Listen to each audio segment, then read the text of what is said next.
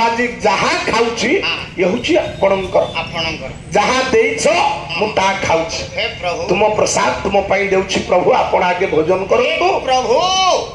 mutton 3 kilo आनी दी आदि रोसई करती प्रभु आपण सादर ग्रहण करंतु मु जान नथले कथा तू कहि बोली मटन र मटन खाइबा कोन हम हिंदू धर्म रे अछि नले चिकन चिकन खाइबा हम हिंदू धर्म रे अछि नले मदर 6 माछ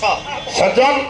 मु काई एक कथा आपण मानु कहली आया कोन भाई ना मांस सेही प्राणी खाए ओ प्राणी जिए जन्म होला काले जा आखी की देखा जाई न थाए से प्राणी मांस खाए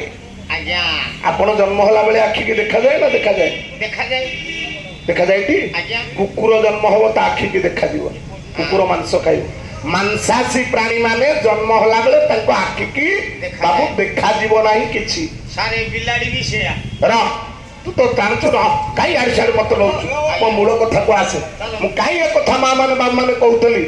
ना आपण स्नान कले ता गंगा पानी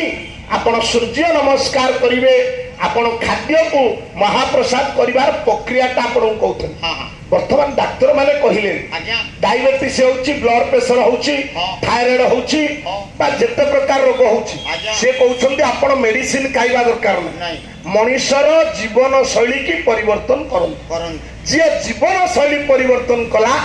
ता पाखरे रोग होबन र मु कहू को यदि को पळी आसली से दिन ब्राह्मण मुहूर्त विभांग करू